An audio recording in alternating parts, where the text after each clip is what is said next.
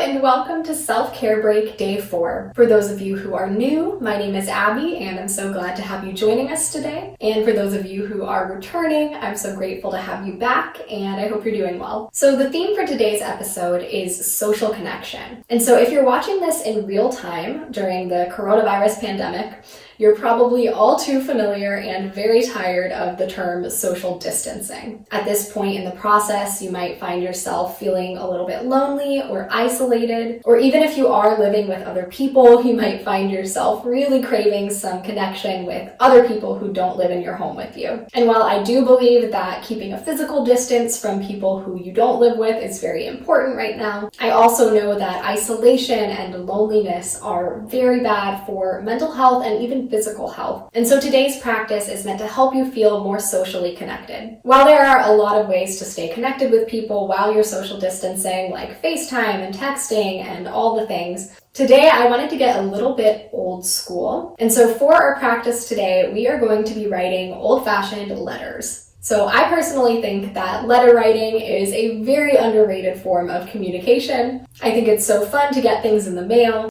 and I think it's a really unique way of expressing yourself and really sharing a snapshot of your life with a friend or family member. The act of writing a letter itself can be really therapeutic. It can be a time for you to reflect on what's going on in your life. It can be a time for you to unplug and take a few minutes of mindfulness and a few intentional moments to really be alone with your thoughts. And it's a really meaningful way to connect with someone. So a couple of the big questions that I anticipate getting would be, who do I write my letter to, and what do I write about? So obviously the answers to these questions are completely up to you and completely personal, but I'm here to give you some ideas if you find yourself feeling a little bit stuck or not sure where to start. So in terms of who to write your letter to, obviously, you could write a letter to just about anyone. Perhaps the most obvious choices would be a friend or family member who maybe lives far away, maybe somebody who you don't talk to very often, somebody who might want an update on your life about the things that are going on with you recently. But with a lot of people these days on stay-at-home orders and a lot of people socially distancing themselves from their friends, it could even be fun to write a letter to someone who does live in your town, a friend or family member. Or if you want to take it in a different direction,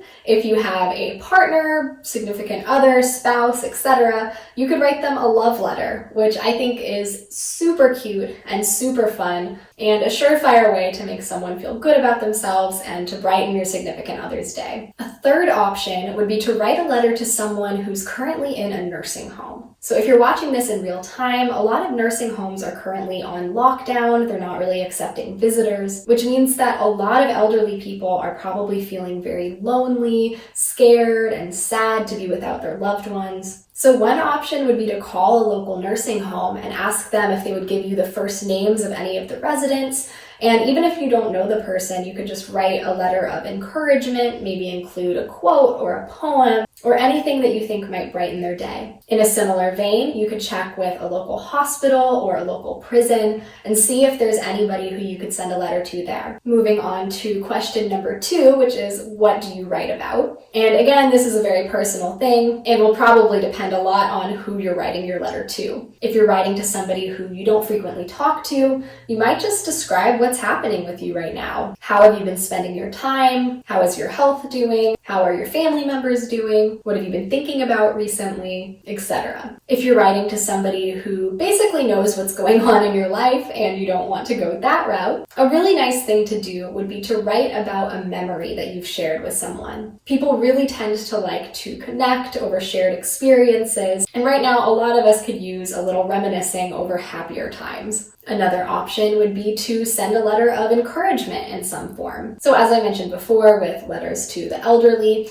you could include this in your letters to anybody. Possibly a quote you find inspirational, a joke, a poem, a passage from a book you've been reading, a passage from a religious or spiritual text, maybe even include a list of podcasts that you've enjoyed recently, or books, or TV shows or movies. The possibilities are pretty much endless, but those are just a few ideas to get you started. And while I do think there's something really special about sending snail mail and actually physically writing things down with paper and pen and sending it in the mail, if for whatever reason that feels like something you don't feel comfortable doing, either you don't have the materials on hand or you have been sick and you don't want to spread germs through the mail or that sort of thing, you can definitely also do this by email. But I encourage you to think through who you might want to connect with during this time, whose day you might want to brighten a little bit by sending them a letter.